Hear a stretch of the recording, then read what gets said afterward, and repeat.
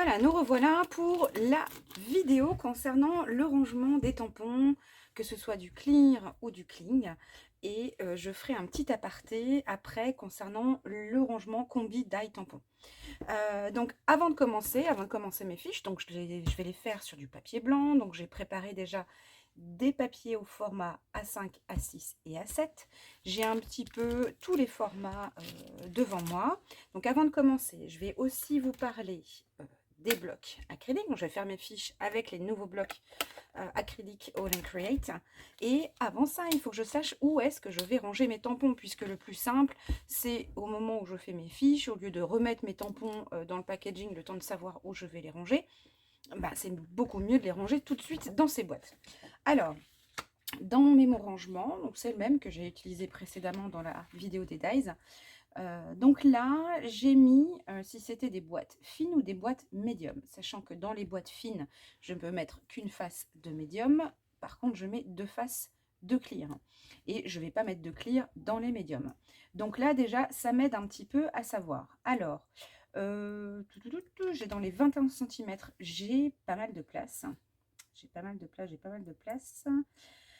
Je vais voir dans les 26 centimètres. Par contre, 3, 4, 5, 6, 7. Ah, bon, j'ai la 6 qui est complètement vide. Ici, j'ai un peu de place. Là aussi, j'ai un tout petit peu de place. Là aussi, j'ai un tout petit peu de place. Donc, je vais essayer de combler dans ces deux-là avec mes tampons cling. Et puis là, j'ai une vide. Et là, par contre, du coup, je sais que ceux-là, de cette marque-là, j'aime bien les mettre dans les 21 centimètres. Donc, je vais garder celui-ci. Ok. Donc là, je vais laisser mon mémo rangement de côté, comme dans la vidéo précédente. Le temps pour moi de voir ce qui se passe dans mes rangements. Si j'ai des boîtes qui se remplissent, je mettrai une petite croix sur mon mémo rangement. Alors, pour ça, on va utiliser... Donc, je vais faire mes fiches avec les nouveaux blocs acryliques All and Create. Donc, on a du A4, on a du format, ce qu'on appelle Edge pour les lions tampons. On a le format A5 et on a le format A6 qui est ici.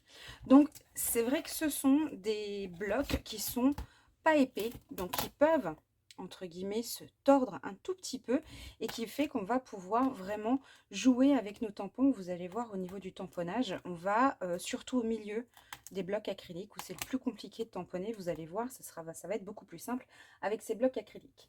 Alors, on va vous montrer au niveau des organiseurs, par exemple, le format A5. Vous allez pouvoir le glisser à l'intérieur de votre organiseur sans problème. Le format Edge, ici, celui-ci, vous pouvez le mettre aussi parfaitement dans votre organiseur. Et le format A6, bien sûr, vous allez pouvoir le mettre dans ce sens-là ou dans ce sens-là également. Le bloc acrylique A4 se met parfaitement aussi dans l'organiseur avec la partie A4 de l'autre côté. Donc, ce qui fait que, et vous verrez quand on vous montrera une autre façon d'utiliser les organiseurs, on l'a déjà fait, par exemple, lorsqu'on en a parlé Junk Journal et Art Journal, le fait d'avoir toujours un petit peu le matériel à disposition, et bien les blocs, vous allez pouvoir les mettre aussi dans vos organiseurs pour les avoir avec vous, à portée de main, surtout lorsqu'on se déplace ou lorsqu'on est sur la table de son salon. Ils prennent vraiment pas de place et ils sont, du coup, pour le coup, très faciles à ranger. Ce qui n'est pas forcément le cas avec ces grands blocs ici. Vous pouvez les mettre aussi dans un organiseur, mais ils sont vraiment très épais. C'est parti, je vais surtout utiliser ces deux-là, ces deux-ci, pour pouvoir faire les fiches. Je vais aller vraiment en accéléré. Je ne vais pas tout vous montrer parce qu'on a déjà fait des vidéos sur le sujet, sur le rangement des tampons. Mais là, c'est vraiment pour que vous voyez de quelle façon on utilise ces blocs-là. Et surtout, après qu'on ait fait les fiches, que l'on vous montre comment est-ce qu'on va ranger nos fiches, mais aussi comment on va faire le rapprochement avec potentiellement des dies.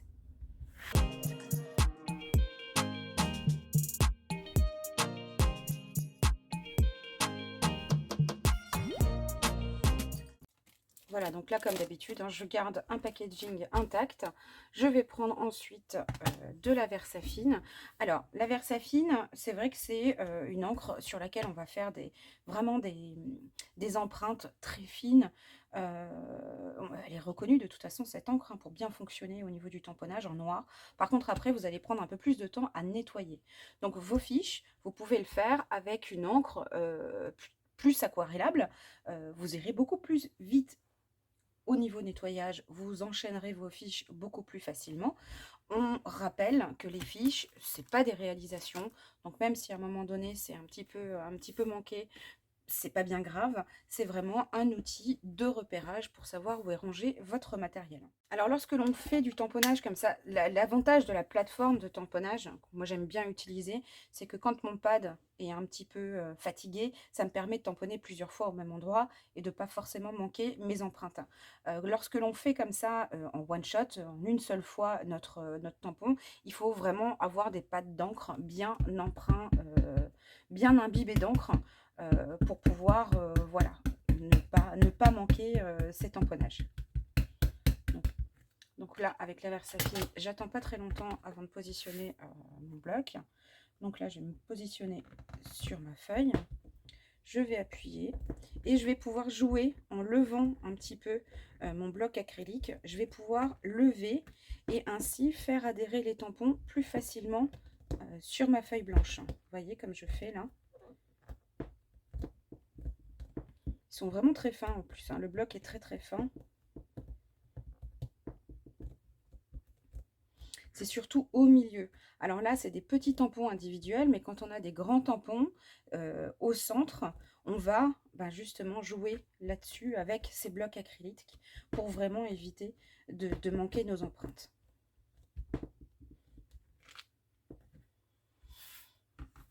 Voilà.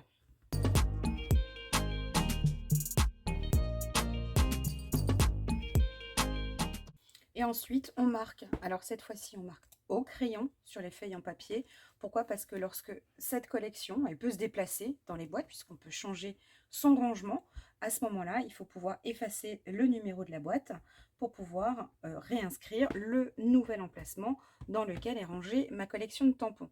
Donc c'est votre fiche ne bouge jamais, vous la faites qu'une seule fois, ad vitam aeternam. Et ensuite, c'est ici dans le petit coin que vous allez savoir où sont rangés vos tampons.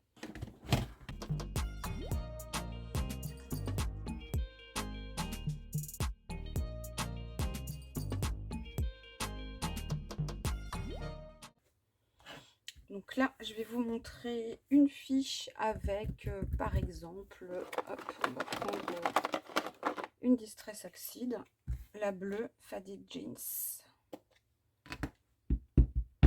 Alors forcément, les empreintes seront beaucoup moins percutantes hein, sur le papier, beaucoup moins marquées.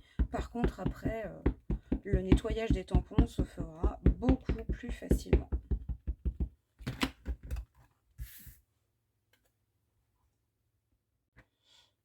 Voilà, donc là ma fiche est faite. Donc entre celle-ci et celle-ci, bien évidemment, on n'a pas du tout le même type de tamponnage. Par contre, ma fiche est faite, ça vaut aussi. Celle-ci, je sais repérer ma planche de tampon, je sais ce que ça donne. Voilà, c'est tout à fait possible de faire ces fiches avec des encres aquarellables. Je le rappelle, parce que c'est très important, ce ne sont pas des réalisations. Alors, petit rappel aussi, donc là, je mets le numéro de la boîte dans laquelle sont rangés mes tampons, mais vous pouvez aussi mettre la marque, vous pouvez mettre aussi le prix d'achat, par exemple, pour vous en souvenir. Si vous prêtez aussi des planches de tampons, vous pouvez momentanément au crayon écrire le nom de la personne à laquelle vous avez prêté votre planche de tampons. Donc voilà, il y a plein d'autres façons d'utiliser vos fiches dans votre organisation Moka.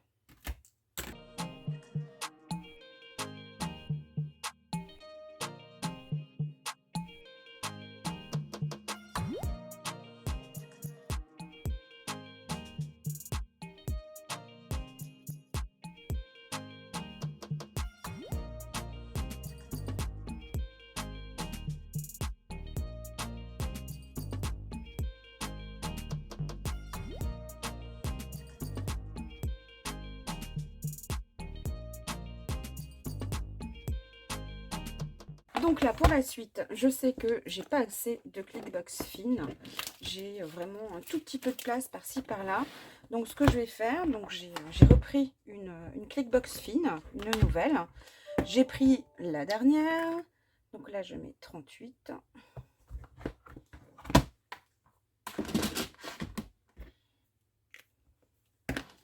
Je prends mon mémo. J'aurais pu le faire après aussi. Hein. Donc là, vous voyez, je commence à manquer un petit peu de place dans mon mémo rangement. Donc je sais qu'à un moment donné, il va falloir que je le refasse et que je prévois un peu plus de place pour les clickbox 21 cm. Ça, c'est quelque chose qu'on ne peut pas forcément savoir à l'avance. Voilà, à un moment donné, on va plus utiliser de ce type de boîte, de ce type de rangement, etc. Bon, ben, on fait au fur et à mesure. Ça bouge finalement avec nous en fonction du matériel qui vient et qui va. Voilà, donc je suis arrivée au bout de toutes mes planches de tampons. Donc ça, ce sont les dernières hein, de l'encre et l'image. Il faut encore que je mette le numéro de la boîte. 38 noir, donc c'est la dernière qui est rentrée. Alors, soit, effectivement, vous faites comme moi, vous prenez une autre boîte, parce que vous n'avez peut-être pas forcément le temps de faire le tri pour le moment. Soit, à un moment donné, quand vous n'avez plus de place, vous voyez que ça coince un petit peu, vous reprenez les fiches de vos tampons clear, vous regardez un petit peu ce que vous utilisez le plus ou le moins. S'il y a des choses qui doivent sortir, à ce moment-là, vous pouvez faire de la place dans vos rangements. Là, je prends encore mon mémo rangement. Donc, dans la 39, donc j'ai mis toute la collection. Il me reste encore un petit peu de place, donc je ne vais pas mettre de croix. Dans la 7 orange, il n'y a plus de place. Dans la 3 bleue, il n'y a plus de place. La 5 bleue, il n'y a plus de place. Et la 6 bleue, il n'y a plus de place non plus. Et maintenant, je peux ranger mes boîtes. Que je voulais vous dire par rapport aux dies, là il faut vous poser la question parce que vous en éprouverez peut-être plus le besoin de mettre les dies et les tampons au même endroit quand ils sont combinés sur le même thème. Lorsque vous avez vos fiches, par exemple, lorsque vous voulez peut-être faire avec, raconte-moi, par exemple avec les étiquettes, si vous avez besoin d'avoir les dies de la collection ou les dies étiquettes en fonction, vous pouvez aller regarder directement dans vos fiches où est placé le die.